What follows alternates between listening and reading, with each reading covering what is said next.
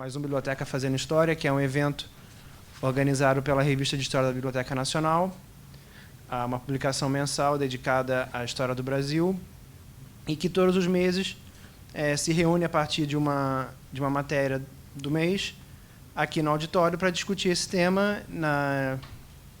Nesse mês, a gente vai falar sobre o Jorge Amado. E aqui do meu lado, eu tenho a Júlia Monera Barbosa, doutora pela UF e autora de uma tese sobre o Jorge Amado e o Graciliano Ramos. E aqui do meu lado, José Maurício Gomes de Almeida, professor aposentado de literatura da UFRJ. E cada um vai ter 25 minutos para falar. Depois disso, a gente abre para perguntas da plateia. Quem quiser o certificado vai estar passando daqui a pouco com a Náshila, que está ali fora, mas já vai entrar, um papel para vocês assinarem. E ali fora, quem quiser comprar a revista, tem uma senhora vendendo ali no cantinho. E no final também a gente vai sortear uma assinatura dela. Menos para o Paulo. Paulo não pode. Ok? Vamos começar com a Júlia.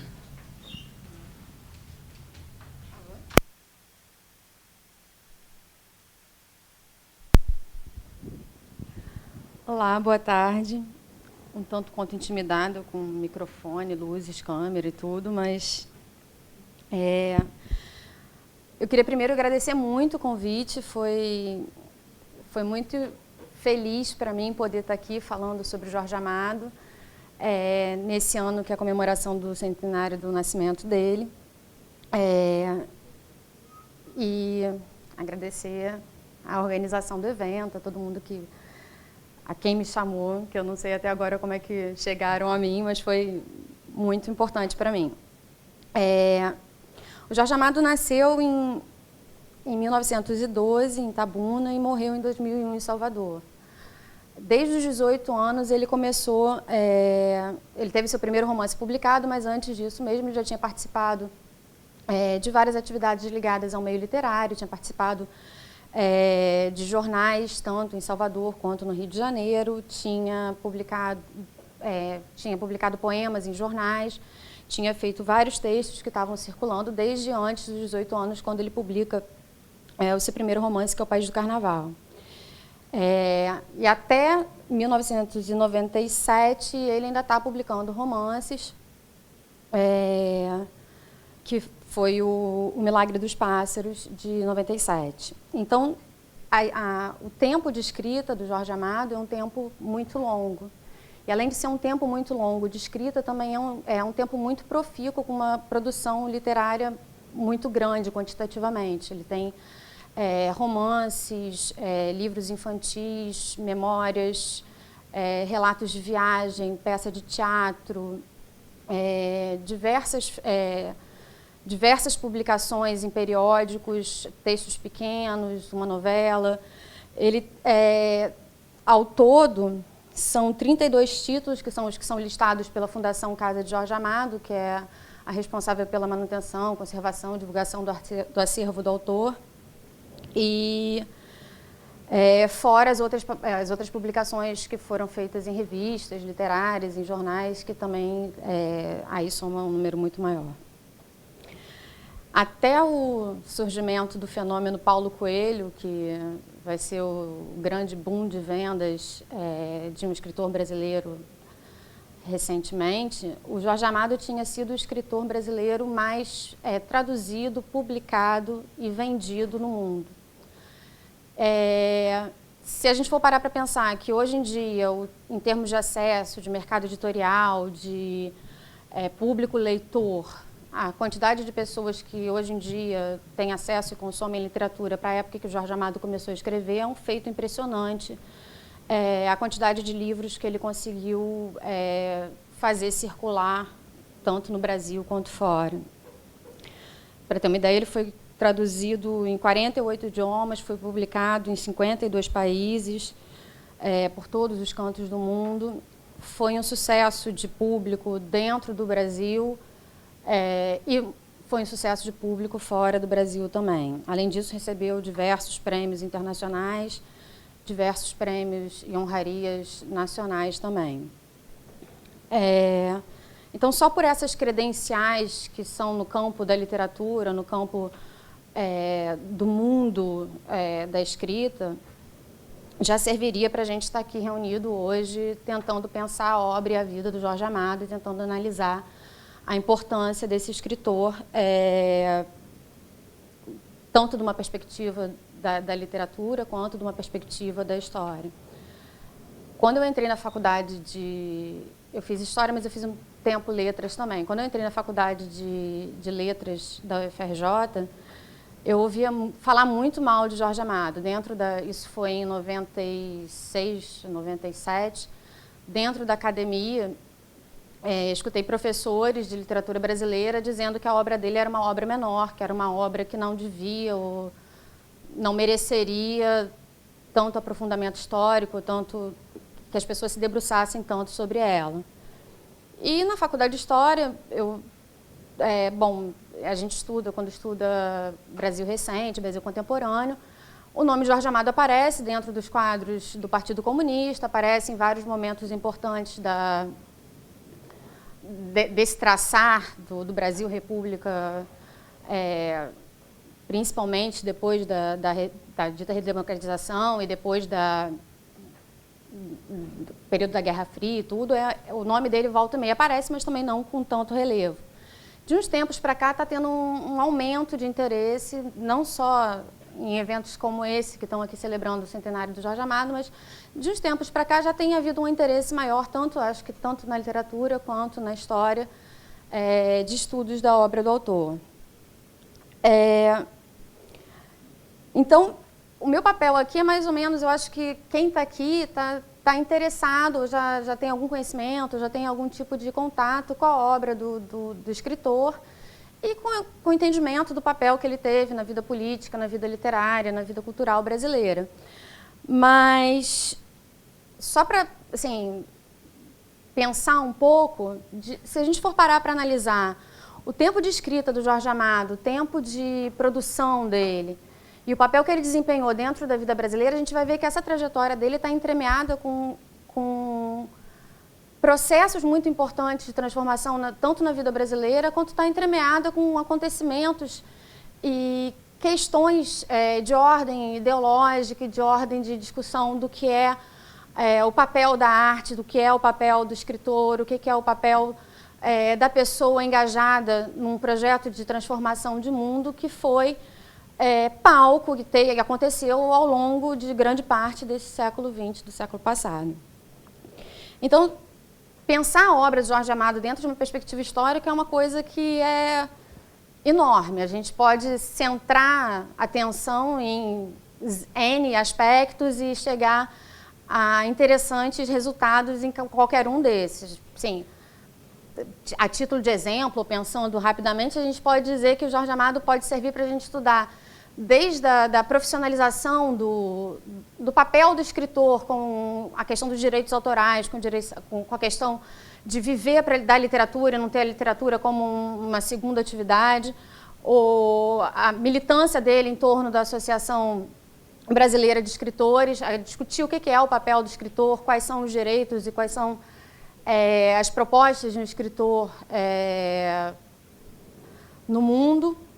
Quanto a gente pode partir para outro lado e tentar estudar a partir do Jorge Amado a questão da religiosidade afro-brasileira, por exemplo. A gente pode pensar no papel que ele desempenhou na legalização da liberdade de culto, a partir de 47, quando ele foi deputado federal pelo PCB e que fez essa proposta de lei. Então, dos vários aspectos, como historiadora, o que me intrigou, a gente faz escolhas como historiadora, e o que me fez debruçar sobre a obra de Jorge Amado, a vida de Jorge Amado, a trajetória dele, foi a relação que ele teve com o Partido Comunista do Brasil.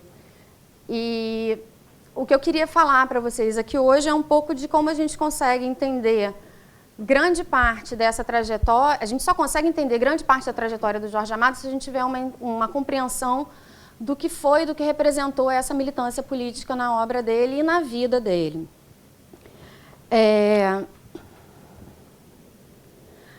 Então, O Jorge Amado ele era simpatizante do Partido Comunista desde antes de sua filiação, participou da Juventude Comunista, nas esteiras da Intentona Comunista foi preso e só torna pública sua filiação oficial ao PCB depois, quando o partido já está na legalidade, mas desde então já era um militante comprometido com o Partido Comunista do Brasil. Ao mesmo tempo em que ele estava se tornando e se consolidando como um dos escritores mais vendidos e mais conhecidos do Brasil. Isso pode parecer um pouco, a princípio, pode parecer um pouco contraditório, como que alguém com uma militância tão explícita, com uma militância tão engajada no Partido Comunista consiga alcançar essa projeção e consiga alcançar esse grau de aceitação de pública e de crítica que ele teve na época em que ele começa a escrever e depois para o resto da vida dele. E o que eu quero parar para pensar é em como também essa militância comunista foi uma catapultadora dessa projeção que o Jorge Amado está conseguindo alcançar, ou conseguiu alcançar. A partir do Partido Comunista ele se autoexila primeiro, e depois peregrina pela Europa Ocidental e Europa Oriental, faz contato com diversos escritores e artistas famosos, como Picasso, Neruda, dentre vários outros, e começa a circular como um dos representantes do que seria um militante engajado de esquerda. Numa época em que a polarização do mundo se tornava cada vez mais explícita, se tornava cada vez mais urgente, em que as pessoas, bem ou mal, querendo ou não, afastando-se ou não, de uma forma ou de outra, pendiam para um dos dois blocos em disputa, observavam-se mais identificados a um lado ou mais identificados ao outro, o comunismo e o socialismo se apresentavam como forças antagônicas e em pé de guerra no mundo. O Jorge Amado foi um escritor militante, engajado, que assumiu e se posicionou do lado do comunismo. Ao fazer isso, ele, como um bom militante que era, um militante disciplinado, organizado e fiel ao partido, ele desempenhou diversas funções para além das funções que foram as funções da sua profissão, que era de escritor. Ele, por exemplo, se candidatou a deputado federal, ele também participou da organização de Coleções do Povo, que era chamado da editora do Partido Comunista. Ele organizava, escolhia os textos que seriam publicados para formar um público leitor comunista. Ele participou de comissões editoriais de diversos periódicos do partido.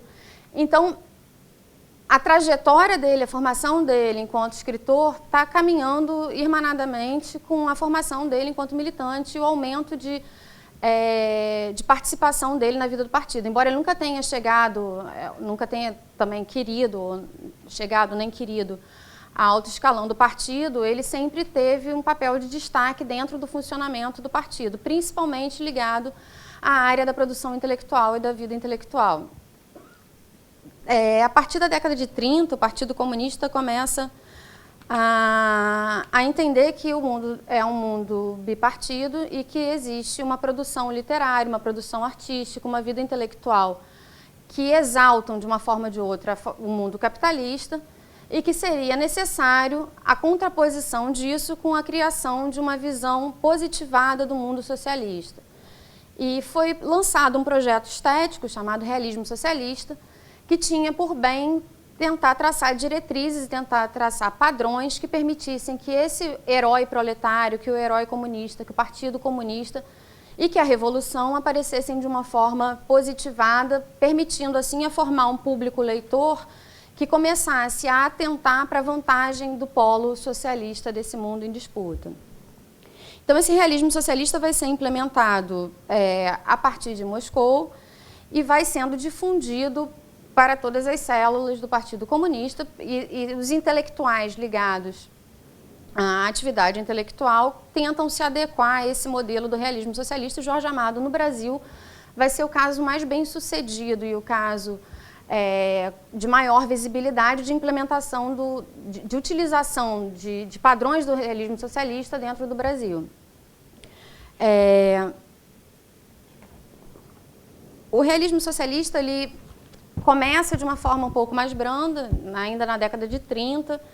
O Zdanov, que é o responsável pela parte cultural do partido, vai lançar o que seria a pedra base do realismo socialista, vai propor quais são as teses e as bases de construção dessa nova arte engajada, em que o artista é um engenheiro de almas, ele está ali para criar um novo olhar sobre o socialismo, um novo olhar sobre o comunismo, um novo olhar sobre a militância e um novo olhar sobre a revolução.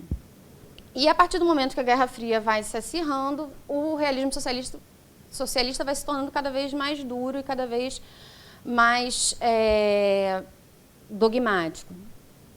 E o Jorge Amado vai ser o escritor de maior repercussão brasileiro a utilizar esse realismo socialista e vai ser o escritor que vai conseguir, mesmo escrevendo dentro desses padrões, está sendo lido e está sendo discutido e está sendo criticado, a maior parte das vezes, positivamente pelos seus pares.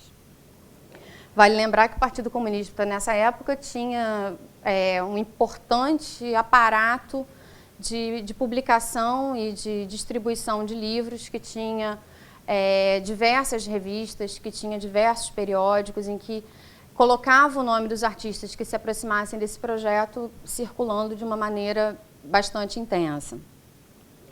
Então, essa que é chamada primeira fase da obra do Jorge Amado, a gente, se parar para olhar com calma, a gente pode ver quase que um deslizar ascendente em direção ao que seriam essa proposta do realismo socialista. A gente vai do primeiro romance dele, em que ele já logo na nota de abertura, que é O País do Carnaval, de 31, ele já logo na nota de abertura diz que ele não sabe direito que mundo é esse, que ele está só se propondo a retratar uma geração, que é a geração do protagonista, que é uma geração perdida e ainda indecisa, e que ele próprio, então com 18 anos, ainda também está procurando essa saída. Mas se você for passar dessa nota de abertura do livro e você for olhar o conteúdo do País do Carnaval, que é o primeiro romance de Jorge Amado, você já pode perceber a presença de um personagem comunista que no final sai desse turbilhão enevoado, dessa geração perdida, e acha o seu caminho a partir da participação militante dentro do Partido Comunista. A partir daí você vai ter os romances do Jorge Amado vão ter sempre presente, pelo menos, a denúncia da disparidade social brasileira, da desigualdade social da realidade brasileira. Você vai ter sempre presente figuras populares que são retratadas de uma forma positivada, como pessoas que estão lutando com todas as suas forças para resistir a um regime que é um regime opressor, injusto e que gera infelicidade. E grande parte dos protagonistas, pelo menos desses romances de Jorge Amado nessa sua primeira fase, são protagonistas que conseguem, através da mobilização coletiva, ultrapassar essa fase inicial de miséria, essa fase inicial de angústias e de desespero, através do engajamento social coletivo maior. Por exemplo, o Baldo do Jubiabá vai se tornar um líder grevista, o Pedro Bala, do Capitães de Areia, também vai participar de movimento grevista. Então, dentre vários outros daí para frente nessa fase inicial, grande parte dos protagonistas do Jorge Amado encontra no final da narrativa a saída coletiva como a saída libertadora. E, geralmente, com a presença do Partido Comunista como o partido que possibilita essa transformação. Isso vai num crescendo até o realismo socialista se tornar cada vez mais restrito e cada vez com regras mais sérias, duras e claras. para a escrita desse militar engajado comunista, e vai culminar no Subterrâneos da Liberdade, de 54, que é uma trilogia que retrata os bastidores do Estado Novo e se passa e foca principalmente a resistência desempenhada pelo Partido Comunista durante o período. Então, a maior parte dos personagens, de alguma forma ou de outra, se liga ao funcionamento do partido, e esses personagens são retratados de uma maneira muito positivada. Os comunistas que aparecem nessa obra são aqueles comunistas, o tipo ideal do ser humano, generosos, sábios, grandes líderes e, ao mesmo tempo, dotados de uma força de vontade, de uma garra e de uma determinação incomensuráveis. E esse vai ser o último livro que o Jorge Amado escreve nessa sua primeira fase, e depois, com Gabriela Cravo e Canela, ele vai, já depois de rompido com o partido, depois da denúncia dos crimes de Stalin em 56, quando ele diz que, ele dá entrevistas em que ele fala: eu vivi o stalinismo, eu sofri o stalinismo. Então, a partir de agora, o que eu quero fazer é literatura. Eu quero me dedicar à minha literatura, eu acho que eu me sirvo mais como um escritor, que a minha arte pode servir mais livre como escritor do que desempenhando as tarefas partidárias a que eu estava submetido. Então, se a gente pegar essa primeira fase, voltando sempre a ver essa primeira fase da obra do Jorge Amado, se a gente parar para analisar esses romances que são escritos, a gente percebe um projeto claro do autor de transformar a sua arte, de transformar a sua escrita num dos instrumentos de luta possível.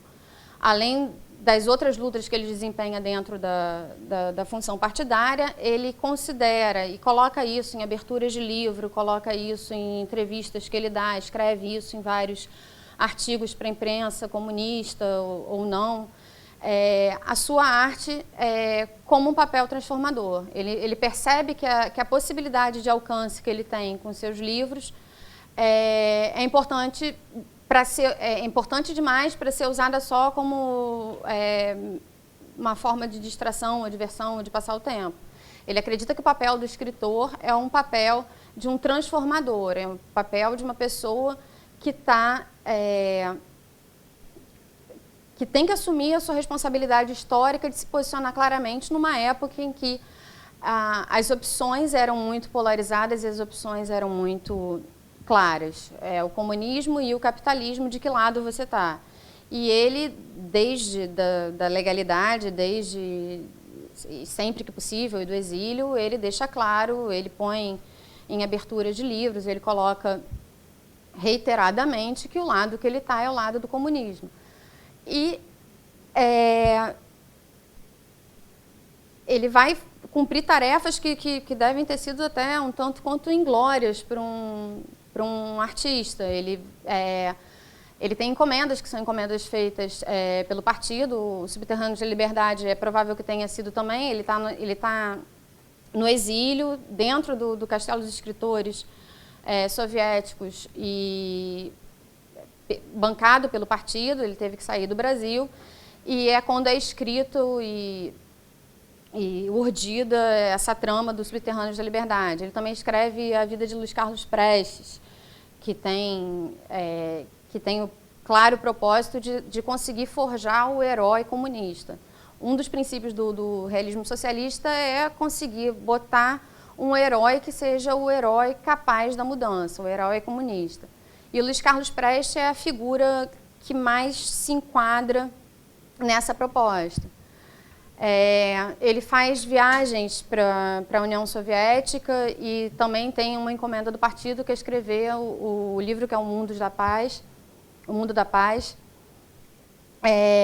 em que ele relata o mundo do lado de lá da cortina de ferro, que tem um claro propósito de mostrar para o público brasileiro qual seria a realidade dos países socialistas. Então, ele desempenha essas tarefas e desempenha proficuamente. Ele mais de uma vez é chamado ele dá voz a essa intenção de construir o herói proletário, de construir uma visão positivada da União Soviética, de construir uma visão positivada da Revolução, de construir uma visão de denúncia das contradições que o capitalismo traz. E, ao mesmo tempo, ele continua sendo um autor muito publicado, muito lido, e um autor muito discutido. E,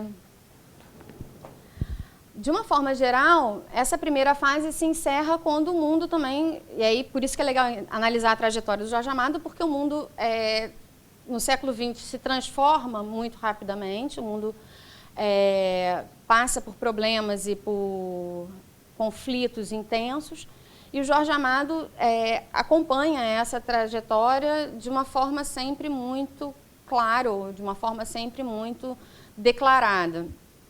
E com Gabriela, ele diz que ele aí está voltando a fazer a literatura que ele quer e que ele já, quando está afastado já do partido, começa o que os críticos apontam como uma segunda fase da obra do Jorge Amado. E aí é que, orelhada minha da história, não da área da literatura, eu acho que se a gente parar para analisar as obras de Jorge Amado, tem uma coerência muito grande entre essa primeira fase e a segunda, mas aí é orelhada minha. Eu acho que se você for parar para analisar os romances da segunda fase do Jorge Amado, você continua tendo a denúncia social de uma forma menos clara, menos contundente, menos propagandística. Você continua tendo os elementos populares da classe trabalhadora presentes, você continua tendo temas que já vêm desde a sua primeira fase.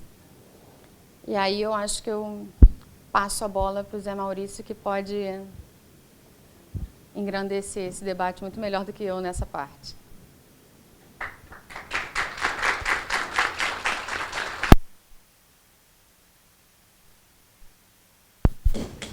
Eu tenho que ligar isso aqui? É bom. Porque Acho eu que eu ligo. posso falar e as pessoas ouvirem. Certo? Mas tem que gravar. Tem que gravar? Deixa eu... Mas como é que eu vou fazer? Porque é ruim? Porque eu vou precisar ter a mão para... Bom, primeira coisa, eu quero agradecer de ter sido convidado para participar desse debate. Fico muito satisfeito de estar aqui junto com a Júlia, que é conhecida de outras épocas, da Faculdade de Letras. Agora, eu temo, Júlia, que eu tenho uma visão um pouco conflitante com a que você acabou de apresentar em relação ao Jorge Amado. Eu vou pedir desculpas, mas eu vou ter que apresentar a si mesmo. Você falou na existência de duas fases na obra do Jorge Amado.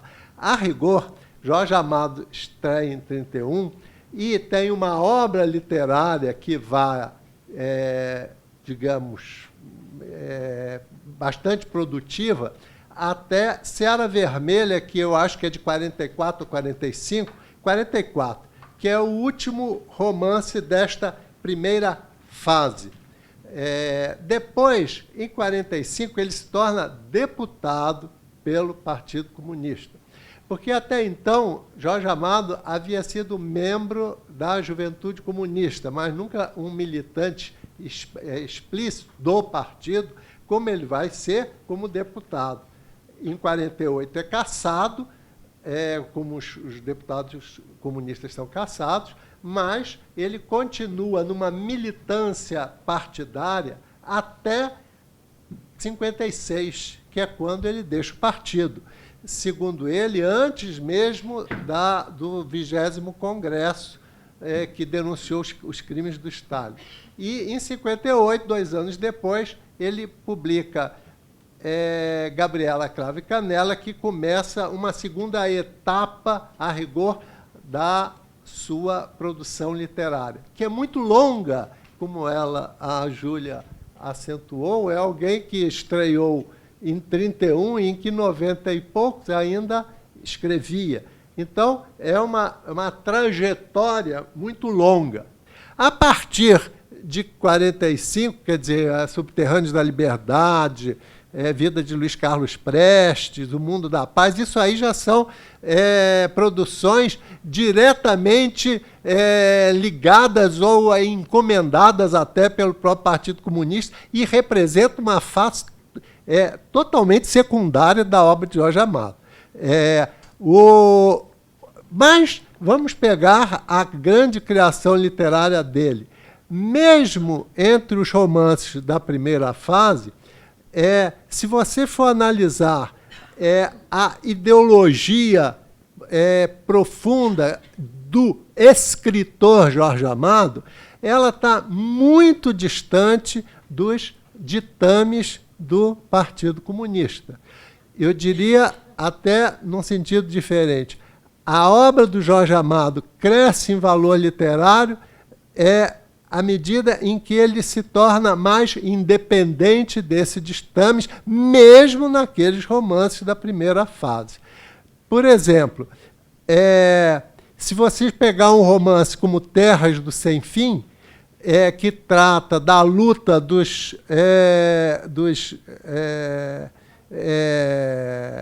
digamos, migrantes do Nordeste para as terras do cacau, para desbravarem aquela região e estabelecerem a cultura cacaueira, como o pai do Jorge Amado fez parte desse grupo, e se vocês forem ler Terras do Sem Fim, vocês vão ver que tem muito pouco a ver com qualquer aspecto propriamente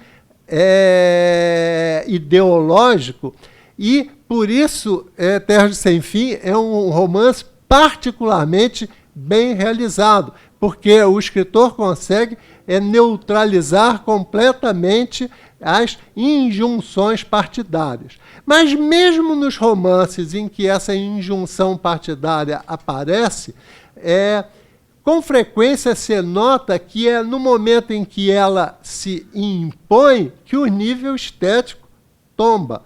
Por exemplo, Jubiabá, que é um romance em que ele é um romance importante porque abre caminho, é o primeiro romance longo do Jorge Amado, porque os romances anteriores ele mesmo chamava de cadernos de um aprendiz de romancista, quer dizer, o pai do Carnaval, Cacau e Suor. Então, Jubiabá é o primeiro romance relativamente longo, em que ele apresenta uma coisa que é extremamente, esse sim, é um elemento profundamente enraizado na visão de mundo, na ideologia do escritor, que é a exaltação do aspecto mestiço da cultura brasileira.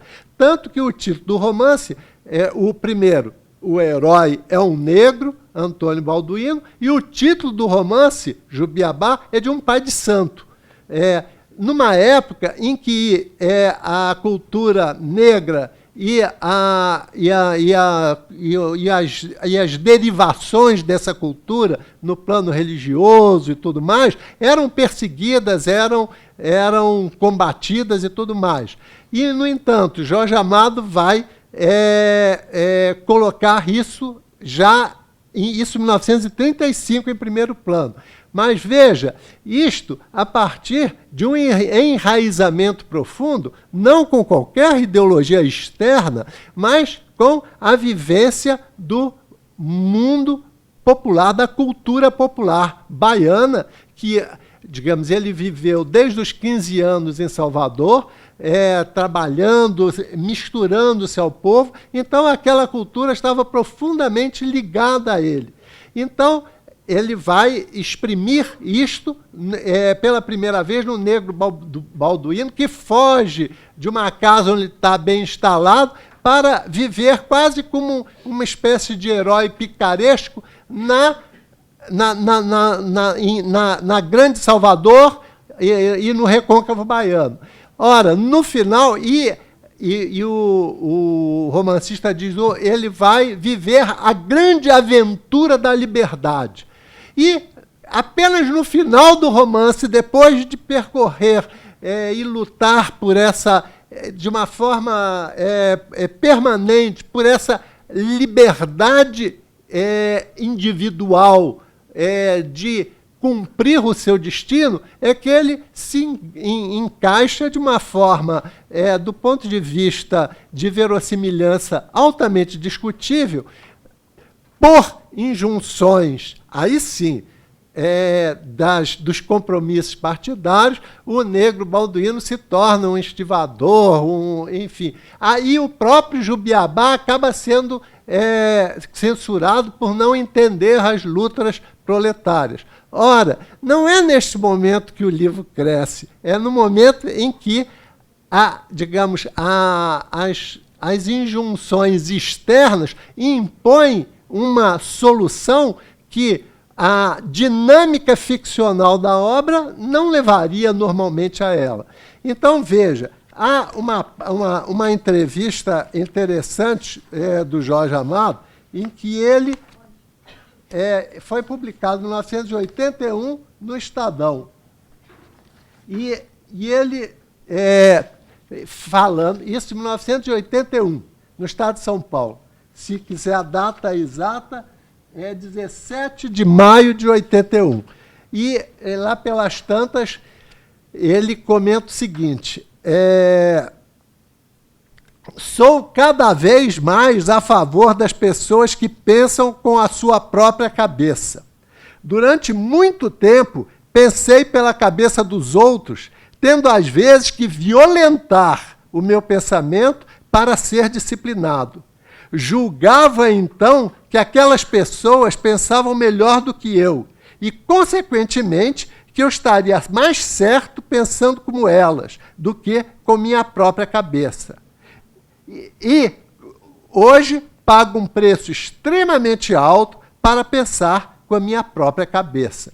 Então, veja, a essa altura, 81, Jorge Amado já está com 69 anos, já tem uma visão, uma trajetória longa como intelectual e como escritor. Então, vocês poderiam me perguntar, então, quais seriam os elementos que, ao meu ver, constituiriam as bases profundas da ideologia do Jorge Amado? Então, é isso que eu queria salientar aqui. Eu vou adaptar o que eu tinha feito em função do que está sendo discutido. O primeiro é a ideia, por excelência, que na realidade está muito mais perto do anarquismo, um anarquismo de raiz romântica, de qualquer disciplina marxista. O próprio Jorge Amado, nessa entrevista, também nega que ele alguma vez tenha escrito romance marxista. Ele diz, para eu escrever romance marxista, eu tinha que conhecer o marxismo, coisa que eu nunca li Marx. Ele próprio diz na entrevista. Então, eu diria, quais são essas bases? A primeira, como eu digo, é de uma liberdade do indivíduo, dentro da sociedade contemporânea, que é esmagadora e é triturante. Ou seja, esse aspecto cerceador de inserção necessária do indivíduo em determinadas posições ligadas a determinados valores, tudo isso vai ser sempre recusado pelo herói amadiano típico. Veja, nesse sentido, o Quincas Berro d'Água, da novela A Morte de Quincas Berro d'Água, representa, por assim dizer, um manifesto quase dessa intenção de afirmação às últimas consequências da liberdade do indivíduo contra aquilo que ele vê como a hipocrisia de uma realidade, de uma sociedade aburguesada e repressora em todos os níveis. Assim como também o será Gabriela, por exemplo, no romance Gabriela Cravo e Canela. E, neste caso, por exemplo, o erotismo, que muitos acusam Jorge Amado de explorar o erotismo por razões comerciais, não. O erotismo se torna, em Gabriela, por exemplo, uma bandeira de libertação, uma bandeira de afirmação da liberdade individual contra as convenções sufocantes da sociedade que o cerca. Então, veja, nesse sentido, eu diria que o herói amadiano está muito mais próximo, por exemplo, de um Carlitos do Chaplin, de qualquer herói, digamos, regular de uma literatura de tipo socialista. Porque o que ele busca se vocês, quem já viu, por exemplo, Tempos Modernos do Carlitos, se lembra da atitude do herói que recusa aquele mundo, quer dizer, que não se adapta, que não consegue entrar e se transformar numa peça de um maquinismo triturante e que, por causa disso, é sempre um marginal. O Jorge Amado, lá pelas tantas, nessa entrevista, ele diz, quando penso... Quer ver?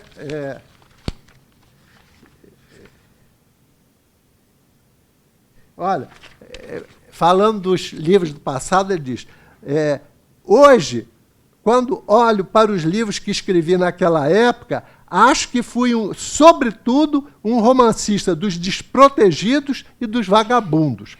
Porque no Brasil daquela época não existia um proletariado. Ele continua dizendo, espero que apareça amanhã os grandes escritores paulistas que irão escrever os romances importantes sobre a classe operária que existe em São Paulo depois da criação da indústria pesada.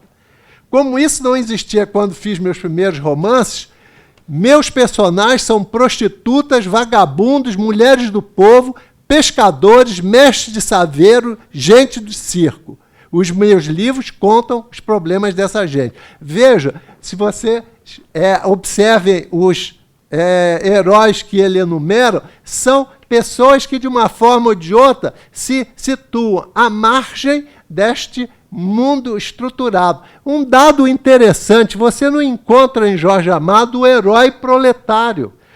Nenhum dos grandes heróis de Jorge Amado, seja da primeira fase, seja da segunda, está inserido numa estrutura, digamos, do proletariado. Ele diz aqui porque na época dele não existia. Mas não é só por isso, não. É porque a estrutura, digamos, proletária e implica também uma limitação, uma castração de valores, uma inserção numa máquina. Aquela máquina que o Carlitos lá não consegue se inserir. Seja como patrão. É óbvio que o Jorge Amado tem muito mais simpatia pelo proletário do que pelo capitalista. Mas, na verdade, uns e outros se inserem num mundo organizado e sufocante, que, dentro de uma ideologia de cunho, como eu digo, de anarquismo romântico, o Jorge Amado não pode aceitar. Daí, como eu disse a vocês, o problema do sentido, digamos, essencialmente libertador, que o erotismo vai ganhar, por exemplo, na fase posterior da obra de Jorge Amado. No começo, ainda isto aparece de uma forma muito reprimida. Outro tópico que eu acho fundamental para a compreensão da obra do Jorge Amado em termos de visão de mundo e de vamos dizer, de ideologia no lato sensu, é uma afirmação da esperança e da alegria. Porque, veja bem, se vocês observarem a arte do século XX, a literatura do século XX no Brasil e no mundo, e a arte em geral, quer dizer, o traço dominante é pessimista, é amargo, é desesperançado, enquanto que os heróis do Jorge Amado são essencialmente figuras afirmativas. Vocês podem, tanto na primeira como na segunda fase, ele busca, digamos, como eu disse, o negro balduíno de Jubiabá é digamos, é um antecessor de muitos outros que depois virão, digamos, Quincas, Berro d'Água, Gabriela, Teresa Batista, tantos outros que aparecem, que buscam sempre, essencialmente, essa afirmação da própria liberdade. E portanto, se exprimem isso através de uma visão esperançada, de uma visão positiva da vida. A vida não que ele exclua o sofrimento ou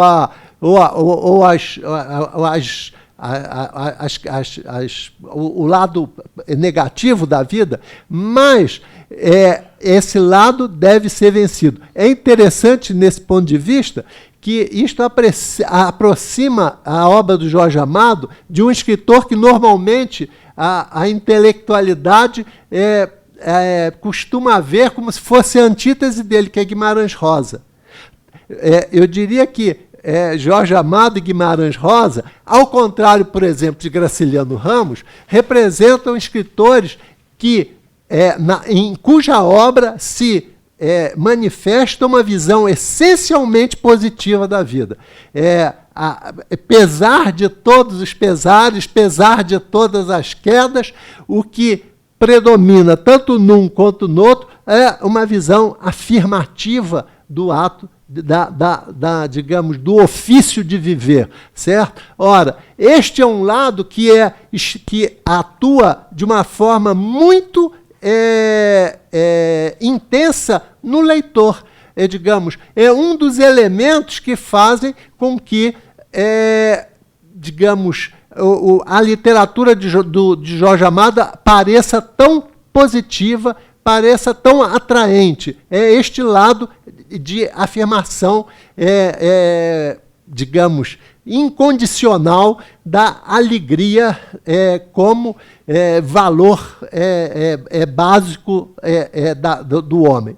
E um terceiro aspecto que eu acho, hoje em dia, também de caráter ideológico, que eu acho, hoje em dia, cada vez mais importante de ser afirmado, é o problema, a consciência da consciência da cultura brasileira como uma cultura misturada. Isto Jorge Amado traz da sua vivência profunda em Salvador, porque, como vocês sabem, Salvador, de todas as grandes cidades brasileiras, Salvador e a região do Recôncavo, é aquela em que mais profundamente se fez a integração entre as diferentes etnias e culturas, quer dizer, a cultura negra, sobretudo, no caso baiano, e a cultura vinda da Europa com os portugueses. E isso gerou um processo extremamente rico que o Jorge Amado aponta pela primeira vez, quer dizer, ele dá uma primeira abordagem em Jubiabá, mas que vai desenvolver no romance que ele próprio considera o seu romance mais importante, que é Tenda dos Milagres, em que ele vai colocar, digamos, criar um herói sob a forma de uma espécie de antropólogo, digamos, espontâneo, surgido, desenvolvido de uma forma autodidata naquele meio popular de Salvador e que vai exprimir, negro, evidentemente, e que vai exprimir todos aqueles valores contra digamos, a cultura oficial da época, digamos, que se acastelava, digamos assim, na Faculdade de Medicina da Bahia. Esse romance aquele em que mais intensamente, mais especificamente, ele vai defender este valor que para ele é essencial, é que o Brasil é um país mestiço. E hoje que vemos discussões, às vezes, sobre aspectos de de negritude ou de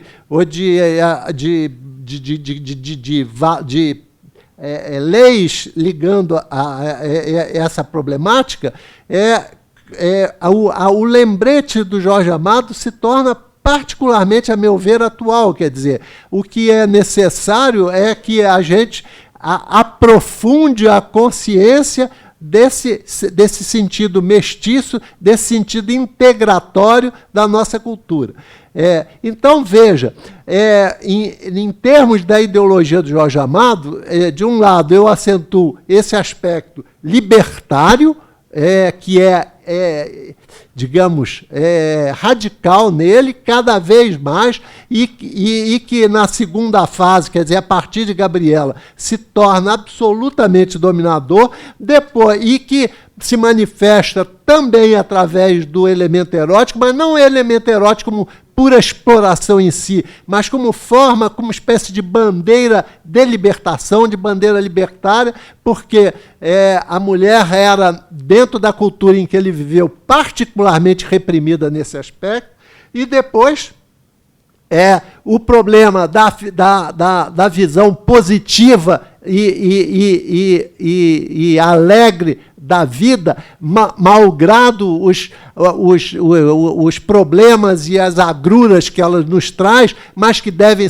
lutar para ser superados, e, finalmente, esse problema digamos, da consciência mestiça da realidade cultural e étnica e social do povo brasileiro. Então, são esses aspectos que eu queria salientar como os aspectos que realmente tornam a obra de Jorge Amado, malgrado digamos, oscilações de valor, porque uma pessoa que escreveu ao longo de 60 anos, você não pode esperar que ele tenha, digamos, mantenha uma estabilidade de valores, mas obras como Mar Morto, como Terras do Sem Fim, como Velhos Marinheiros, onde está a novela Morte a Morte a Quincas Berro d'Água, Gabriela Cravo e Canela, Tena dos Milagres, são grandes momentos inegáveis da ficção contemporânea brasileira. Bom, é isso que eu tinha para dizer. Obrigado. Passei do tempo? Não, né? Boa tarde aos dois palestrantes. Eu tenho uma pergunta, que na verdade serve para os dois. Como é que se deu a relação entre Jorge Amado e a ditadura militar no Brasil? Né? Porque a gente tem, por exemplo, 2 trabalhos dele muito divulgados, que foi, por exemplo, Dona Flor, né, e seus 2 maridos, Gabriela, que foi uma minissérie levada em 76, né? Tudo bem que são... A Gabriela é de 58. Mas foi levada na televisão em 76, isso. Então, quer dizer, plena ditadura militar, mas foi levada... Outra. Isso. Embora tenha sido um período, né, de Geisel, a gente já está falando em uma distensão, né, mas é um período de ditadura, né, militar. Então, eu queria saber dos dois como é que se deu essa relação entre Jorge Amado, né, a censura, a venda de seus romances, a divulgação de suas obras durante a ditadura militar, embora sejam, né, romances de sua segunda fase, como foi mencionado, uma fase menos, né, militante, mas a gente tem elementos ainda, quer dizer, né, de fracos oprimidos, né, contra senhores, né? Então eu queria saber isso dos dois. Obrigado. É melhor que a Júlia. Da parte que me toca, eu posso dizer que Gabriela não teve repressão de espécie alguma. Pelo contrário, ele cita aqui, falando da relação da transposição da obra dele para outros meios, que ele diz que acho que tem papel positivo e que diga, veja o caso de Gabriela, você falou em Gabriela. Não sei se houve romance brasileiro, não gosto de falar disso, nós estamos em 81 nessa época. que vendeu mais do que Gabriela. Pois bem, quando a Globo comprou os direitos de adaptação do livro para a novela e televisão, fizemos um levantamento e verificamos que, em mais de 10 anos, ele vendera cerca de 600 mil exemplares. Só durante a apresentação da novela foram vendidos 80 mil. Em Portugal, o fenômeno foi ainda mais acentuado. Era um dos romances de maior êxito lá e tinha vendido 40 mil em várias edições. Durante o tempo da projeção da novela, venderam-se mais cerca de 50 mil. Por outro lado, a Globo levou a novela a 25 milhões de pessoas. Muitas das coisas fundamentais que estão no livro estão também na novela. Nem tudo que eu pus no livro está na adaptação feita pelo Walter Jorge Dulce e dirigida por Walter Avancini, pois se trata de um trabalho deles. Mas muita coisa está e foi levada a 25 milhões de pessoas. Se levarmos em conta que grande parte dessa gente jamais poderia ler o livro, ou por ser analfabeto, ou por não ter dinheiro para comprá-lo, veremos quanto o papel da televisão foi importante. Então, você vê por aí que Gabriela, longe de ter sido reprimido de alguma forma, não foi. Digamos, nem o Jorge Amado, nem, por exemplo, Érico Veríssimo. Érico Veríssimo publicou um romance mais diretamente questionador da realidade, também não foi reprimido, até porque eram escritores já de tal estatura e nomeada que seria altamente desgastante para o regime que, como você lembrou, já estava no seu declínio, tentar fazer alguma coisa. Não creio que haja. Agora, veja, o Jorge não interferiu no sentido de discutir o problema. Ele continuou desenvolvendo a obra dele dentro daqueles valores de que eu falei. Por exemplo, um outro aspecto curioso desse problema do socialismo, de que se falou aqui, ele nessa entrevista fala um outro dado importante. O entrevistador pergunta: o abandono da militância do Partido Comunista acarretou alguma modificação importante na sua visão de mundo? Aí ele diz: sim e não. Não, porque entre o capitalismo e o socialismo continuo contra o capitalismo e a favor do socialismo. Não vejo saída para o homem dentro do capitalismo. E sim, porque hoje não separo socialismo de democracia. Não creio que o socialismo, porque altera as relações de propriedade, tem o direito de se voltar contra o indivíduo, de limitá-lo. Sei que isso não é fácil e que não pode ser conseguido imediatamente. Mas já houve... quero o socialismo, porque com ele não haverá fome, não existirá essa terrível miséria nordestina. Mas hoje, não mais abro mão da liberdade em troca disso. Certo?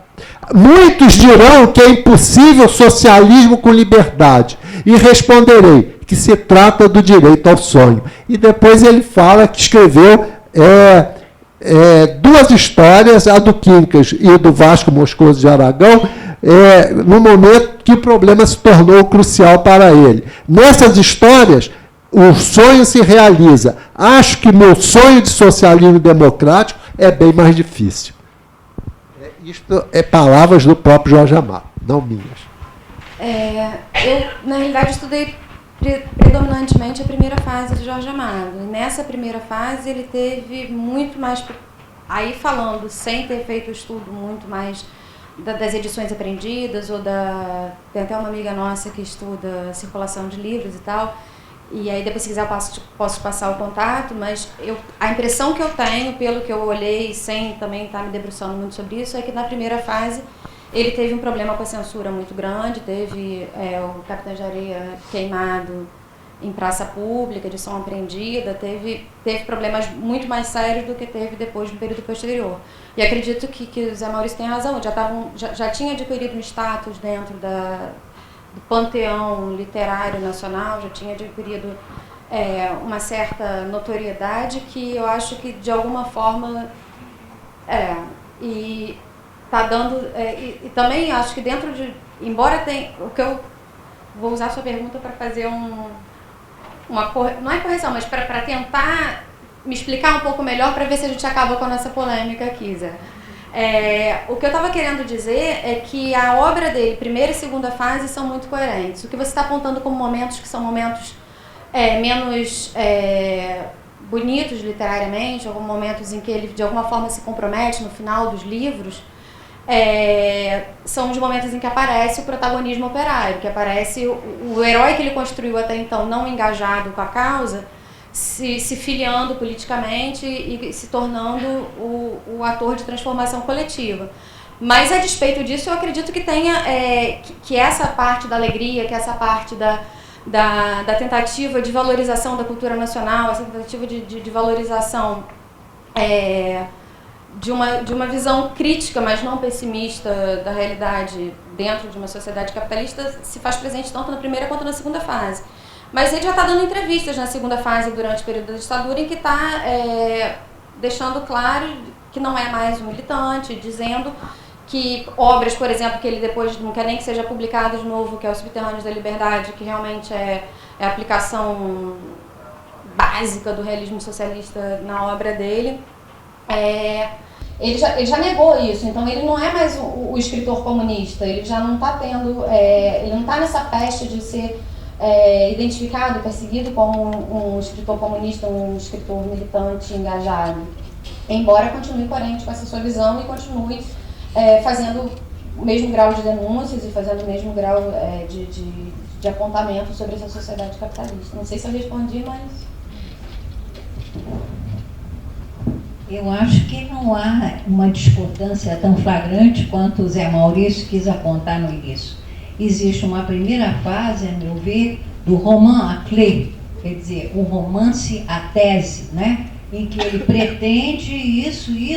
Tinha 19 anos, estava lendo, se não Marx, algum marxista, era comunista, escreveu aqueles 3 romances, País do Carnaval, o ABC de Castro Alves, não é? E mais um outro, e depois coincidiu, porque ele tinha essa preocupação da liberdade. Então, a liberdade é incompatível com regimes de força, como era o regime comunista. Portanto, já socialista, ele faz na segunda fase, a meu ver, estou perguntando se concorda, esse romance de costumes, né? Na realidade, é um Balzac nacional, tropical. E no final ele parte para a construção da brasilidade, né? Onde há mestiçagem, o sonho e a capacidade inventiva deste ser, né, do Jubiabá, no caso do Jubiabá, o Pedro Arcanjo, etc., de maneira que eu não vejo assim tanta incongruência, Zé Maurício. Eu acho que as duas ideias se casam. O romance imediatamente seguinte à Terra do Serviço chama São Jorge dos Ilhéus, que é muito fraco, e é muito fraco porque em São Jorge dos Ilhéus ele tentou realmente aí criar um líder comunista como uma figura heróica, falso como tudo, e o romance não se sustenta. Quer dizer, uma tentativa de...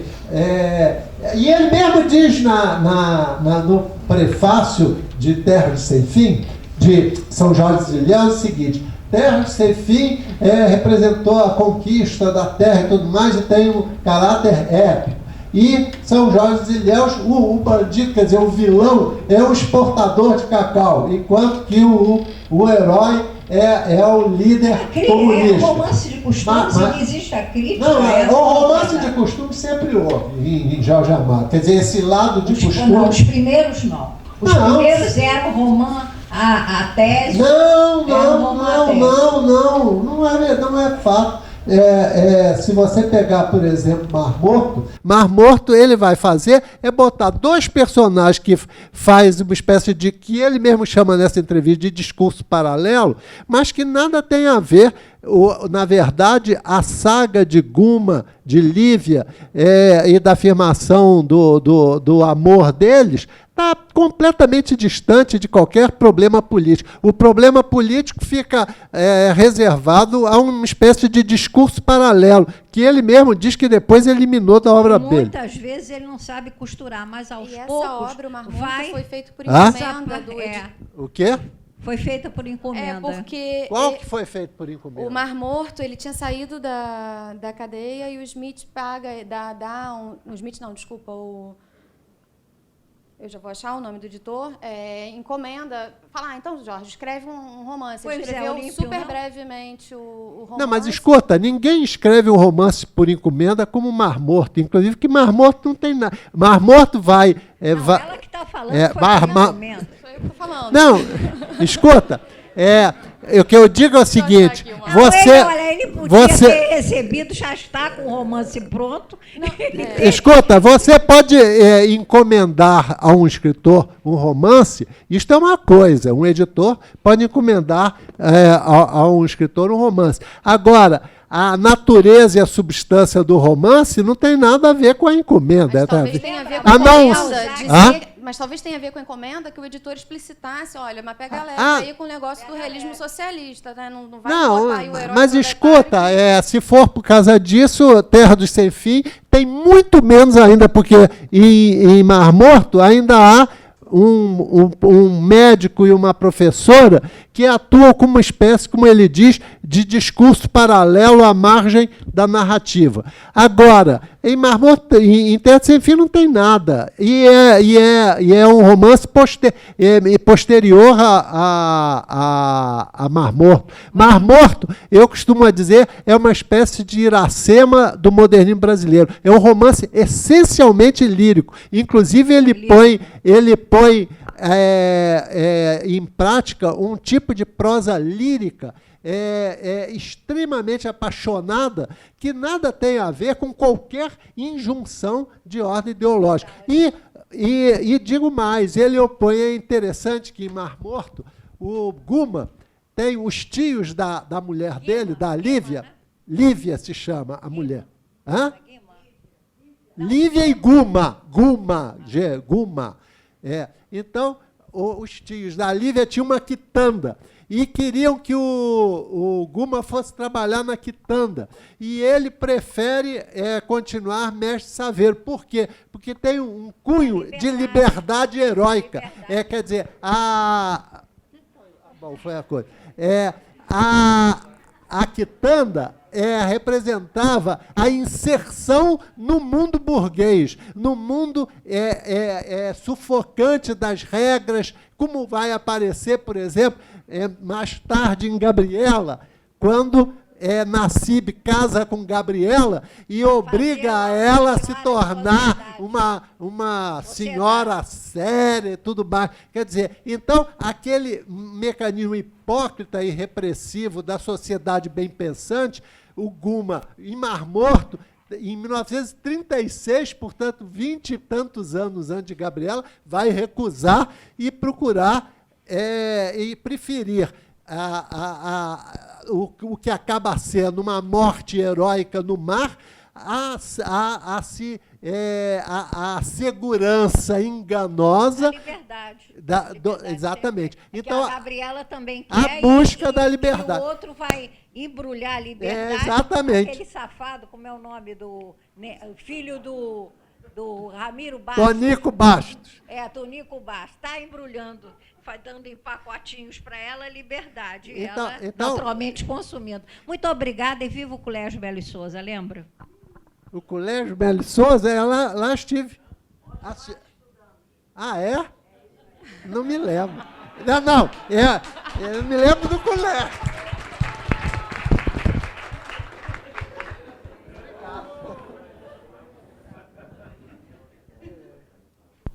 Quem mais quer perguntar? Não, eu vou perguntar então. Pronto. A Júlia falou no começo sobre um certo preconceito que a academia teve com relação ao Jorge Amado.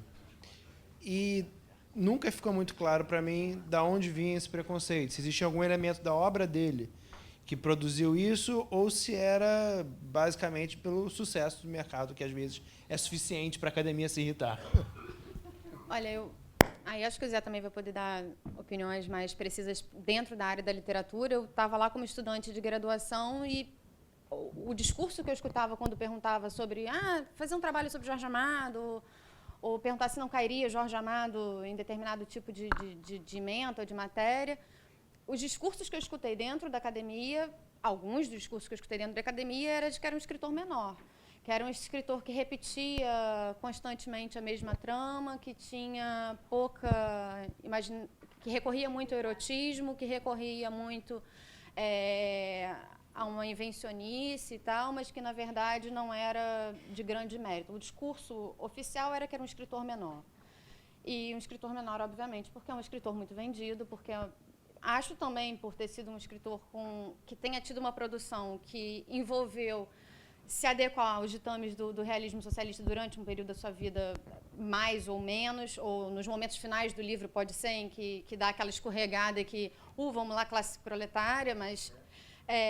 por isso, mas essa soma de fatores, eu acho que virou meio que fica feio você querer estudar Jorge Amado. Ficou feio durante um tempo você dizer que queria estudar Jorge Amado dentro da literatura. E na história, a história de estudar a história cultural sobre uma perspectiva das manifestações culturais, sobre uma perspectiva de compreensão política, de compreensão da ideologia e tal, também foi, durante algum tempo, não muito assim, priorizada. Então, acho que Jorge Amado ficou meio que nesse limbo por ter sido comunista durante muito tempo, por ter sido muito publicado, não sei. Na minha opinião, primeiro, eu concordo que foi esnobado. Eu posso dizer que, na Faculdade de Letras da UFRJ, eu era dos raros que davam curso, mestrado, por exemplo, o Jorge Amado, eu dei mais 2 ou 3 vezes, mas praticamente não existia. Então, que havia um forte preconceito contra Jorge Amado, é a mais pura verdade. Agora, na minha opinião, isso se prende essencialmente ao fato do sucesso popular de Jorge Amado. Ou seja, a ideia de que a popularidade é incompatível com a qualidade. Com a qualidade. Se é popular, já sujeito à desconfiança. E, na verdade, a maior parte das pessoas que veiculam esse preconceito não leram. É o famoso não li, não gostei, que é a forma mais fácil de atuar. Se aprofundar para discutir, vai ver, e isto é verdade, eu disse aqui, a obra de Jorge Amado é desigual. Existem pontos muito altos e pontos muito fracos. E, às vezes, acontece até dentro de um mesmo romance. Mas você tem que pesquisar, ler, discutir para chegar a isso. Porque, no seu conjunto, é uma das grandes obras do romance brasileiro. Se você pegar, por exemplo, vou citar um outro, a Luísa Azevedo, do Cortiço. Eu me lembro que eu brincava que na faculdade, eu perguntava às vezes aos alunos, o Cortiço era um dos livros que todo mundo, não sei se é porque os colégios davam, o fato é que era um dos poucos livros que todo mundo lia. Agora, a obra da Luísa Azevedo é muito grande, tem uns 15 livros. Quem que leu? E uma grande parte deles é abaixo de lixo, porque ele escrevia para ganhar dinheiro na época. Tem mais outros, tem Casa de Pensão, tem mais uns 2 livros de qualidade. Mas a Luísa vive do Cortiço. Então, veja, mesmo nos grandes escritores, mesmo em Balzac, mesmo em Dostoiévski, mesmo em Dickens, você encontra pontos. Esses escritores altamente produtivos, porque existe um tipo de escritor, como Graciliano Ramos, por exemplo, que tem uma obra microscópica. Então, o livro é cuidadosamente polido e repolido, quer dizer, uma vez eu na Faculdade de Letras, João Cabral de Melo Neto falou uma coisa que eu achei muito interessante. Ele disse que há escritores que escrevem para extravasar a abundância interior, e outros para os quais a escrita é como uma bengala para se completar. E ele próprio, João Cabral de Melo Neto, se incluía nessa segunda parte, como é o caso, por exemplo, de Graciliano, de Flaubert, por exemplo, escritores que escrevem pouco e tem uma obsessão de polir e repolir e construir. Evidentemente, nestes escritores, não há grandes flutuações. Agora, tem outros, como o caso de Balzac, como o caso de Dostoiévski, como o caso de Dickens, como o caso de Jorge Amado, em que a produção literária é um extravasamento permanente. Então, nem sempre a pessoa está inspirada, nem sempre o momento é mais feliz. Então, nesses escritores, há uma flutuação de qualidade grande. Então, isto acontece, mas que havia preconceito, e digo mais, que ainda há, pode ter melhorado um pouco, agora fizeram uma edição nova de Jorge Amado, da Companhia das Letras, mas que, na verdade, continua a haver, continua, pode estar certo. Não é mito isso, não, é uma verdade. E, realmente, pouco se estuda Jorge Amado, mas pouco mesmo. É um escândalo, na minha opinião. Alguém tem mais alguma pergunta para fazer? Alguém quer levantar a mão? Agora é um romancista mais televisionado. Mas isso, para o meio acadêmico, é defeito na qualidade, não. Mostra, é o tal do populismo, visto como uma atitude elitista idiota, que não leva a lugar nenhum.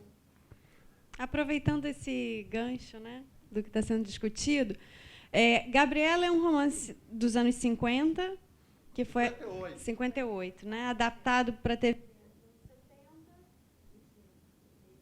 O primeiro é de 70, né? 70 e pouco.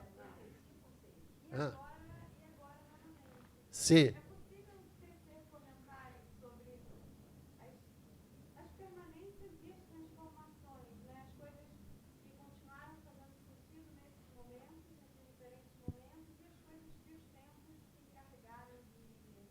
Transformar.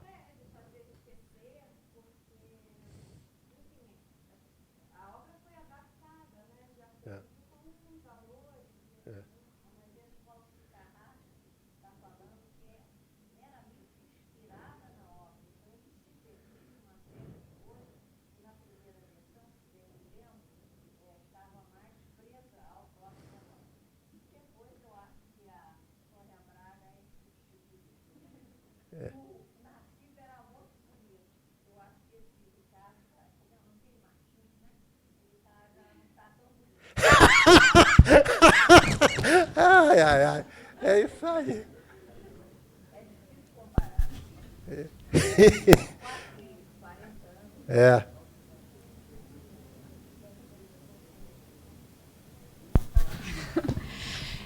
Eu acho que...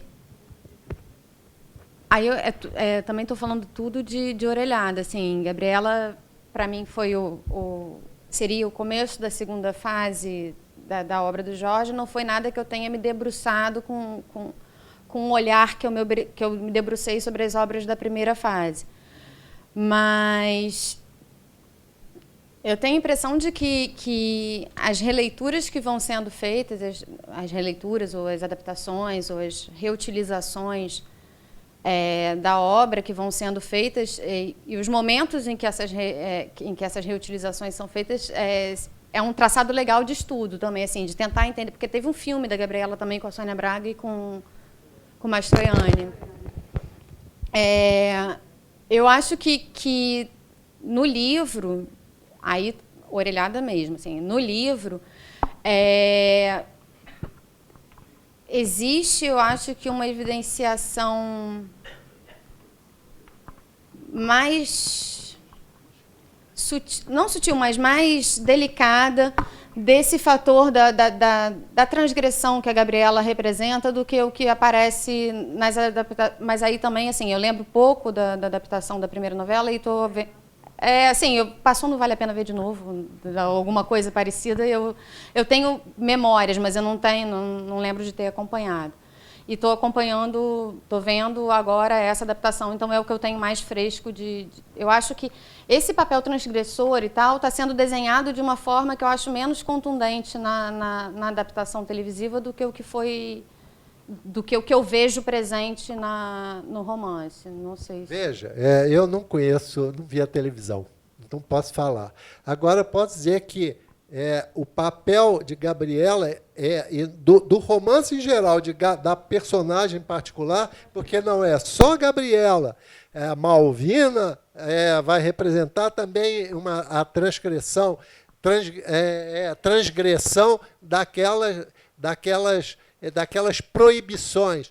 Mas Gabriela representa uma espécie de superação, não é um amoralismo, não. É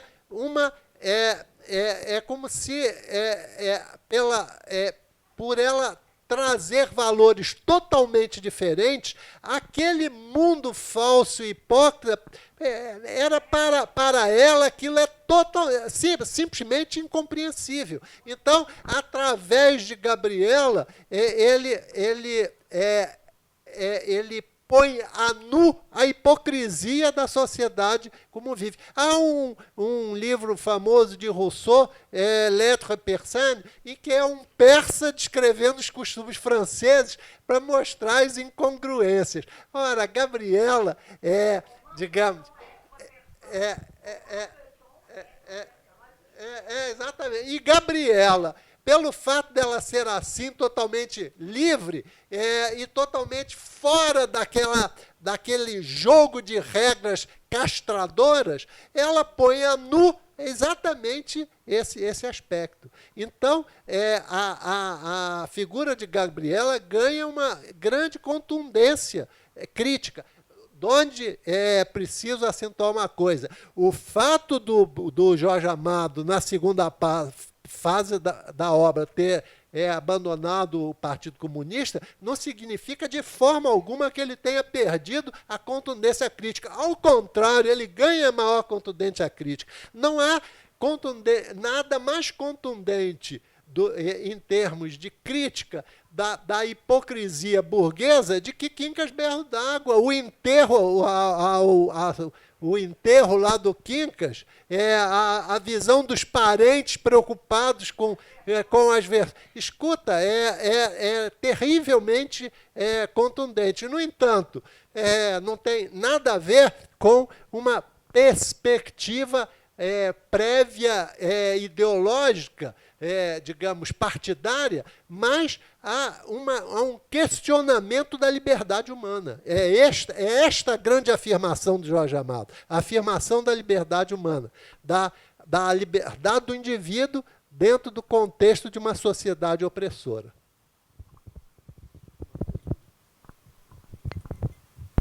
Mais alguma pergunta? Tá. Então, gente, eu vou encerrar aqui, agradecendo a participação de todos, da Júlia, do professor.